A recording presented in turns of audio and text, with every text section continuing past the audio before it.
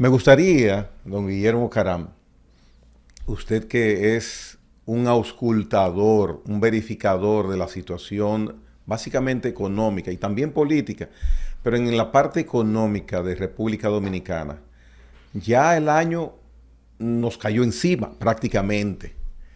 Había una meta de crecimiento económico predeterminada, una meta de inflación predeterminada. Ha habido alguna variación. Háblenos de esa parte y qué nos queda en estos días, en estos días que les queda al año, si puede variar algo, cómo vamos a quedar. Bueno, las variaciones que preveo por toda esta crisis son para empeorar las expectativas de crecimiento, porque indudablemente hay factores, esto que hemos analizado, el posible precio de los combustibles, la posible conflagración que se pueda montar mundialmente, que oriente a dónde va el dinero, y además cuando un mundo está en guerra, cambian los valores de producción, cambia, el dinero va hacia una economía de guerra. Estamos afectados desde Ucrania y Rusia. Veníamos, pero ahora es peor. Por ejemplo, ahora es peor. Claro, la situación de Medio Oriente, de Israel, y jamás eso puede traer problemas de abastecimiento y precios de combustibles. Fíjate, como ejemplo, en la Segunda Guerra Mundial, Estados Unidos, al principio de la Segunda Guerra, Estados Unidos no tenía armamentos militares. Sin embargo, cuando se fue involucrando en la guerra, ¿qué hizo? Convirtió todas sus fábricas, de toda su industria automotriz, en industria de equipos de guerra. La Ford, por ejemplo, dejó de fabricar carros y comenzó a fabricar tanques de guerra, o Jeep, o lo que sea, ¿no? Bueno, entonces, cuando hay una situación de guerra, pues todo el aparato económico sí se orienta.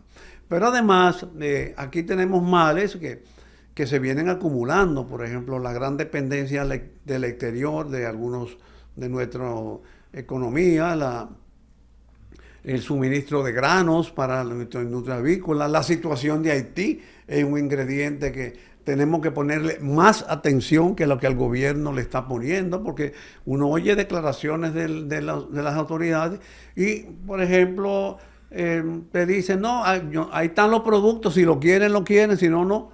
Bueno, pero aquí hay una industria alimenticia que depende, insume productos, pero depende para venderlo del mercado haitiano, el caso de los huevos. Bueno, alguien dice, pero ¿por qué no buscan productos de otros sitios? Pero no es lo mismo venderle al vecino que venderle al que está a ultranza. Desde luego. Hay un costo de transporte, de logística, en fin, además hay algo establecido, ¿por qué perderlo?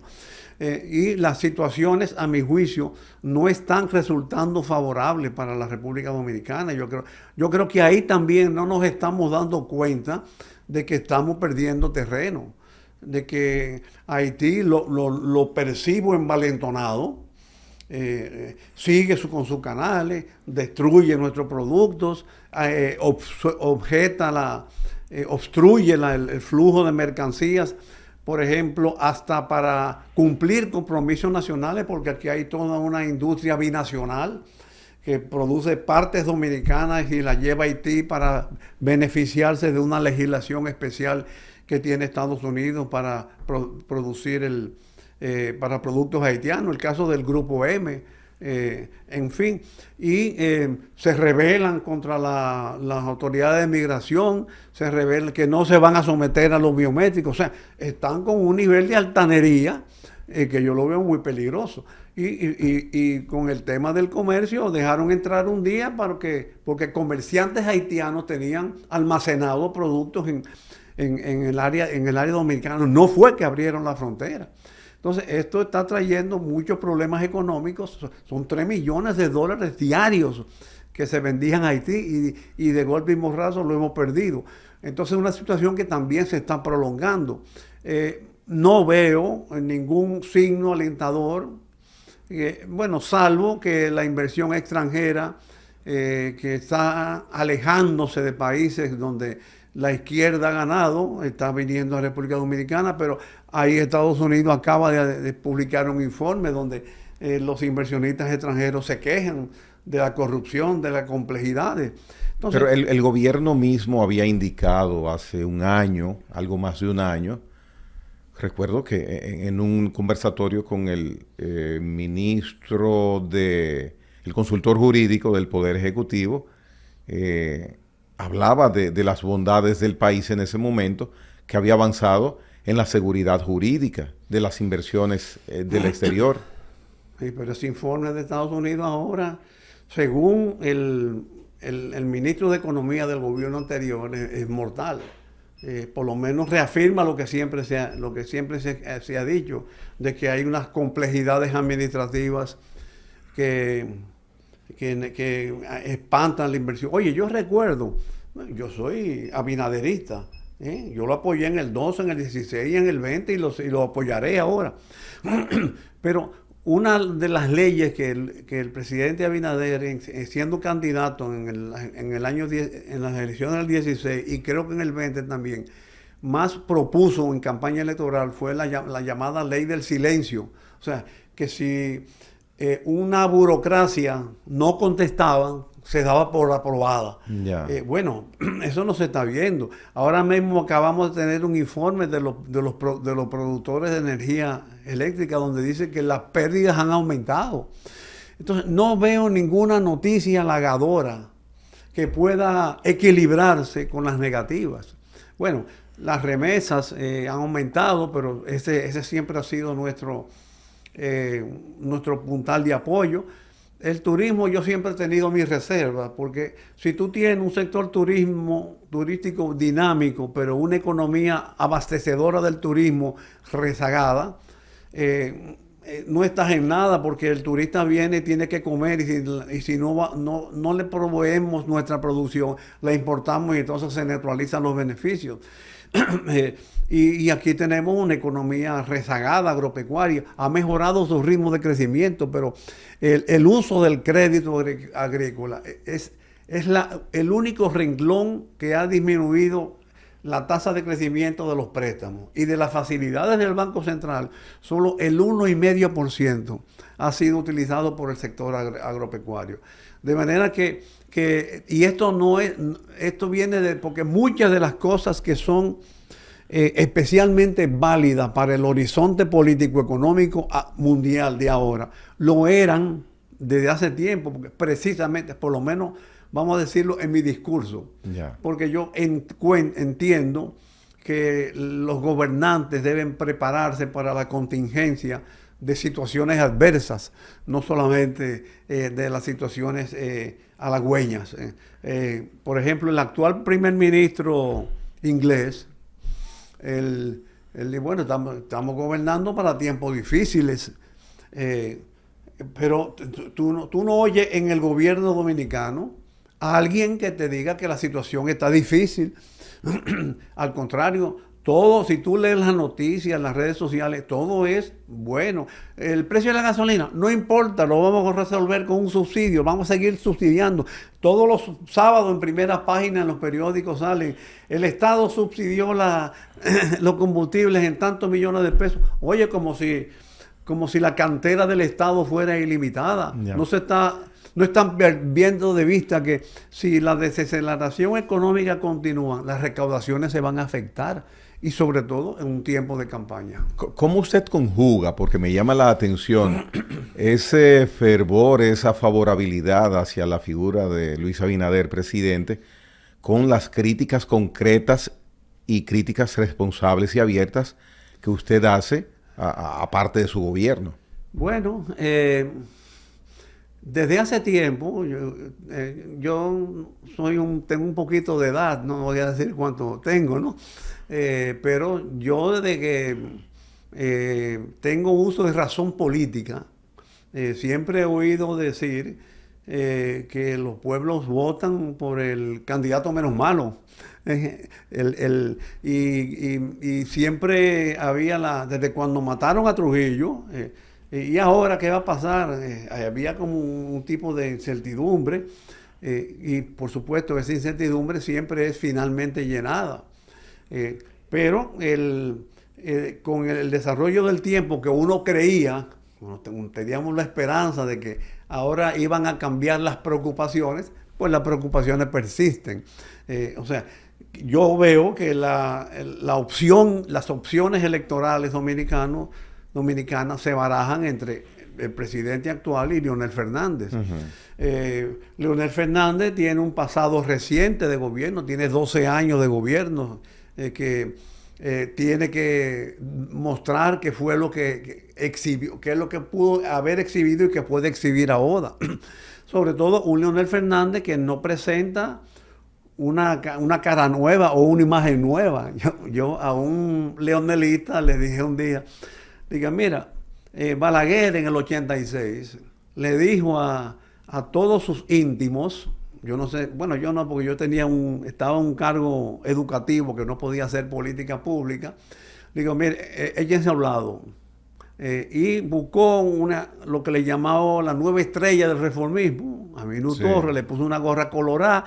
Y esa tontería proyectó una imagen de un Balaguer nuevo. Bueno, yo no veo en el presidente Fernández, sus voceros son los mismos, personas que fueron, vamos a decir, un poco sangrúas en el ejercicio de gobierno. Entonces, tú tienes entre dos opciones, bueno, elegir menos malos. Indudablemente hay otros atributos, por ejemplo, está la ascendencia, la decencia, en mi caso, los vínculos personales, también de origen, ¿no? Yo era muy amigo del papá de Luis Abinader, somos de origen oriental los dos, somos libaneses los dos, de origen libaneses, ¿no? Entonces hay ese dilema de que a pesar de todo, siempre hay la posibilidad de coger por el menos malo, el que menos tenga la imagen menos agradecida. ¿Qué prevé usted como crecimiento económico para República Dominicana en este año? No me gusta dar números, porque yo... Usted analiza mucho y puede prever. Sí, pero yo tomo los números pasados porque yo siempre tengo la esperanza de que el gobierno cambie e impulso y critico para que el gobierno cambie de política. Yo no creo que van a cambiar las predicciones de la relativamente pesimista para decirte sin números, de ser líder en la región en crecimiento económico a estar en el último lugar, que es lo que está sucediendo ahora.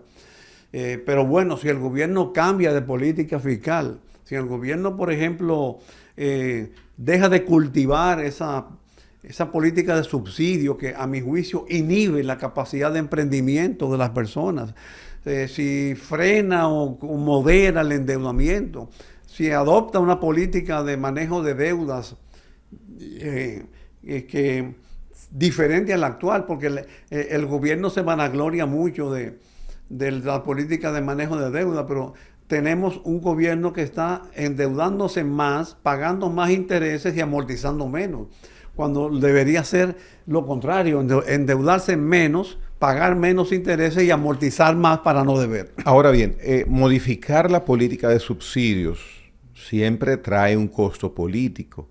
Estamos a 120 días de las elecciones municipales, a 150, no, a 200 días de las elecciones presidenciales. ¿Puede un gobierno en República Dominicana, faltándole ese tiempo para dos elecciones, cambiar racionalmente su política de subsidio sin un costo político que le afecte? Es que no va a tener costo político. Primero, déjame decirte, la gente cree que... Pero ponga de ejemplo la gasolina, los combustibles, por ejemplo. Porque yo no hablo de subir los combustibles, sino dejar que el mercado fije los precios de los combustibles. Que el Estado diga, bueno, yo quiero tanto de impuestos, pero que no siga favoreciendo con márgenes fijos a las empresas de distribución y transportación. Y que hagan las correcciones que te dije. Y eso a lo mejor, en lugar de subir los combustibles, lo baja. Bueno, porque puede entrar la competencia. Pero lo primero es que hay un error de percepción y hasta cierto punto de obviar la experiencia histórica. Porque yo recuerdo que en el año 78, yo no era balaguerista en ese tiempo. Bueno, yo siempre he sido balaguerista, pero militantemente no era reformista. El Partido Reformista perdió en sitios que jamás se pensó que iba a perder porque habían hecho casas y programas de urbanizaciones. Recuerdo por en Las Caobas, en San Isidro, fueron dos sitios que lo tengo en mente. Pero además, la gente no te crea que vota por lo que le dan, sino por lo que ellos perciben que le puede traducir una mejoría. Si tú dices, bueno, si le dices a los subsidiados, yo no puedo seguir en esto, digo, no sea tan drástico decirle, te voy a quitar esto, yo no puedo seguir en esto, pero yo puedo reorientar las cosas. Por ejemplo, una idea que yo siempre he tenido, yo prefiero darle a los subsidiados, vamos a suponer 2.000, 3.000, 4.000, 5.000 pesos, decirle, mira, yo te lo doy todo junto por 4 años, pero tú con ese dinero tú vas a tener que ponerme una empresa. Yo no te voy a dar más los subsidios. Tú vas a tener que ponerme una empresa y producir más. Entonces ahí tú no estás afectando. Y si tú cambias la política fiscal, si no haya tantos déficits, si en lugar de estar gastando tanto en partida corriente, tú gastas en inversiones que promueven el acervo de capital y el acervo productivo de la nación, la economía se dinamiza. Balaguer dinamizó la economía sin subsidios. ¿Por qué? Porque utilizaba las construcciones como las inversiones públicas como elemento activador de la economía. Ahora, pero el elemento activador de Balaguer era proproducción, era canales, caminos, presas, etcétera. Pero ahora no, ahora es subsidio. Subsidio es para que tú no busques trabajo, porque tú te vas a quedar sentado esperándolo. Pero además, la mayoría de la gente, cuando se le acaba el subsidio, lo que comienza a criticar porque el subsidio era muy bajito. Entonces, yo creo que hay que hacer un estudio profundo de lo que inclina al dominicano al voto. Mira, yo recuerdo que en una reunión del Partido Reformista, el abogado Teodulo Pina Acevedo, Teodulo no, Ramón, Teodulo era el papá. Pina Acevedo criticó los subsidios y dijo esto: miren, esos subsidios es lo que está llevando el país a la delincuencia. Todo el mundo nos quedamos así. Bueno, ¿y por qué? Explíquenos. Tú tienes un subsidio que te da para vivir 10 o 12 días. Como tú tenías el subsidio, no saliste a buscar trabajo, ni inventaste un micronegocio, y entonces de repente se te acaba el subsidio, no tienes trabajo fijo y tienes que buscarte lo que más rápido te dé dinero, la delincuencia. Entonces, yo creo que eso tiene que cambiar, ese enfoque tiene que cambiar y no le va a dar al presidente Abinader pérdidas electorales, al contrario, pudieran aumentarse. ¿Eso abarcaría los programas sociales de asistencia? ¿Perdón? ¿Abarcaría los programas de asistencia social? Las tarjetas para el gas, las tarjetas para la luz y todo eso. Si tú me preguntas a mí, yo no estoy de acuerdo con ninguna de las tarjetas. Yo en todo caso, prefiero buscar esquemas como el que te dibujé. Yo te voy a dar el subsidio por 4 años, te lo voy a dar de golpe para que tú me pongas un negocio. Prefiero atender que si se va a subsidiar, que se subsidie la producción, no el consumo, que es lo que se está subsidiando ahora, o subsidiar el consumo condicionando a la producción. Por ejemplo, tú tienes una tarjeta, yo te mantengo la tarjeta si tú me produces en el callejón, como dijo el presidente, que vamos a sembrar en los callejones, me producen en los callejones, o me estimulan la producción con un amigo, un pariente que tú tengas en el campo, te constituyas en promotor de la producción. Así yo sí considero subsidio. O, por ejemplo, si subsidiamos la tasa de interés, porque las tasas de interés se han incrementado, dizque para combatir la inflación. Pero el aumento de la tasa de interés tiene una repercusión en los productores, porque la tasa de interés es muy alta, los agricultores no toman, los productores agropecuarios no toman préstamos. Bueno, yo voy a subsidiar la tasa de interés. O sea, un subsidio ligado a la producción, yo estaría de acuerdo, pero un subsidio estimulante del consumo, no. ¿Por qué ha aumentado a los niveles en que está? Hay estadísticas que mencionan 54%, 56% de la informalidad en el comercio, en la producción. ¿Por qué ha aumentado tanto? Bueno, yo creo que la causa principal de la informalidad es el complicado sistema tributario. Ya. Y tasas de interés. ¿Qué usted modificaría del sistema tributario? Bajaría el ITEVIS al 10% y simplificaría. ¿Al 10? Sí. Y te voy a explicar por qué el 10. Simplificaría los procedimientos, eliminaría tributos para que, por ejemplo, mensualmente un pequeño productor tiene que hacer una declaración de ITEVIS, hacer una declaración de sus trabajadores, de las rentas, pagar anticipo. A veces tiene que ir toda la semana a alguna gestión. Bueno, una empresa grande no importa porque tiene su departamento para eso. Pero una empresa pequeña, que tú eres todo, propietario, contable, consultor, y todas esas cosas, tiene que hacerlo y entonces te resta tiempo para desarrollar una actividad. ¿Por qué te decía lo del ITEVIS? Bueno, cuando tuvo un comercio aquí, no te preguntan frecuentemente, ¿va a pagar en efectivo o en tarjeta? Te dan el descuento de lo que tenía que pagarle al impuesto. Que si el ITEVIS es del 16, tú vas a pagar en efectivo, no se registra la operación, entonces yo te descuento el 10 y yo me gano el 6. O sea, te facilito a ti. Ganamos los dos. Ganamos los dos. Tú ganas el 10 que dejas de pagar y yo gano el 6 o el 8, que sumado serían el 18 que tengo que pagarle a la tributación. Pero pierde el Estado, y si pierde el Estado, no lo invierte en mí ni en el otro tampoco. Y además pierde entonces yo pierdo en vez de ganar. Pierde el asegurado, pierde el trabajador porque no está en la seguridad social. Ya. Tiene que demandar los servicios del Estado.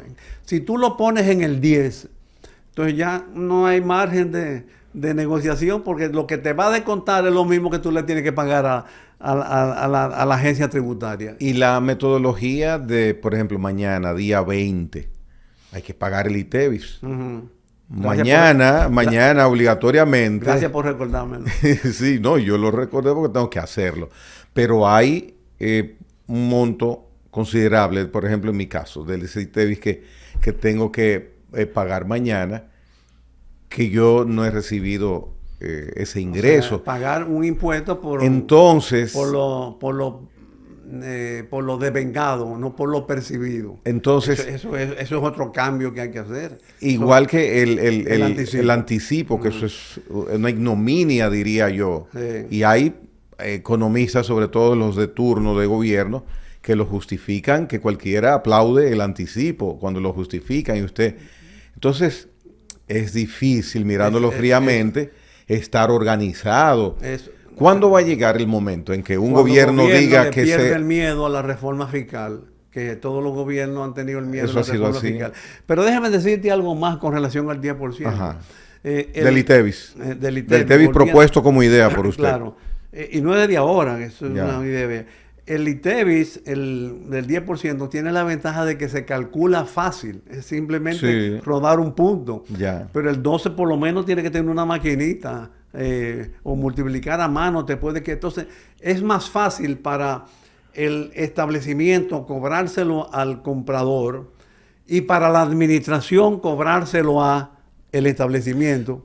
Pero hay una situación al mismo tiempo y la gran queja de muchos economistas, las observaciones que hacen, que la carga fiscal de República Dominicana es una de las más bajas de la región, si no la más baja. Eso es porque se olvidan de la informalidad. Si tú tienes, por ejemplo, un 56%, 57% de informalidad, vamos a decir 50% para facilidad de presión mía. Bueno, 50 significa que más de la mitad de las empresas no pagan. Y de los trabajadores tampoco pagan. Es decir, que si todos pagaran con la misma estructura tributaria, entonces la presión tributaria fuera el doble. Hoy está el 14, sería 28. Lo que pasa es que como no pagan, entonces todo cae sobre el 50% que paga. De igual forma sería quizás, yo no soy economista, pero quizás sería un incentivo que si yo me formalizo y sé que formalizado lo que voy a pagar es un 10% de ITEVIS, me conviene por muchas razones estar formalizado, pero muchas veces le huyo al 18%. El 10 es más amigable. Claro, y además, o es amigable en tal caso. Mira, los mejores estímulos para que el contribuyente pague es una tasa razonable y un gasto público bien orientado. Y no se estoy hablando en teoría. La reforma arancelaria que los reformistas hicimos en los 90, bajamos los aranceles. Y las recaudaciones aumentaron. Y en la condición suya de abinaderista confesado en esta noche, en la hora con Gregory, ¿usted no ha pensado hacerle algún tipo de esos ejemplos de recomendaciones al señor presidente? Él lo conoce porque en las campañas que hemos trabajado juntos lo hemos conversado. Incluso él lo ha dicho, pero a mi juicio el funcionariado que él ha escogido no camina a la misma velocidad con él, no está sintonizando con él, pero es un problema de él, políticamente de él, y además de vez en cuando intercambiamos opiniones, que por supuesto quien tiene que revelarlo es él, no yo. ¿Qué posibilidad ve usted de que las elecciones del año entrante den una determinación de definición en primera vuelta para finalizar el programa?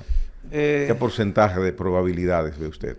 No sé, no tengo. Me declaro incompetente. Yo creo que yo creo que va a depender. Usted se sonríe. Cuán bien o cuán mal actúen los candidatos. Porque de repente una metida de pata de un candidato le daña su posicionamiento, y una acción estimulante, justa, equitativa, le aumenta. Yo creo que así como te dije, no me gusta dar tasas porque siempre quiero proporcionar el beneficio de la duda de la acción gubernamental. Aquí, en términos electorales, yo creo que depende de cómo actúen los candidatos. Porque fíjate, para que tú veas cómo son las volubilidades políticas. Hace 4 semanas, hasta hace 4 semanas, la imagen de correlación de fuerzas dominico-haitiana estaba a favor de nosotros. Nosotros estábamos en la ofensiva. Ya. Hoy de repente ahora estamos como en la defensiva. Bien, para despedirnos, con lo que usted ha indicado en estas últimas palabras, deduzco que para usted aún no está definido quién será el ganador de las elecciones. ¿Me equivoco? No me equivoqué. No te equivocas. Muy bien. Pienso eso. Don Guillermo Caram, muchas gracias y espero que no sea muy lejano el tiempo en que podamos conversar aquí en La Hora con Gregory nueva vez. Siempre a tu orden. Bien. Señores, finalizamos por el día de hoy. Les espero mañana, Dios mediante.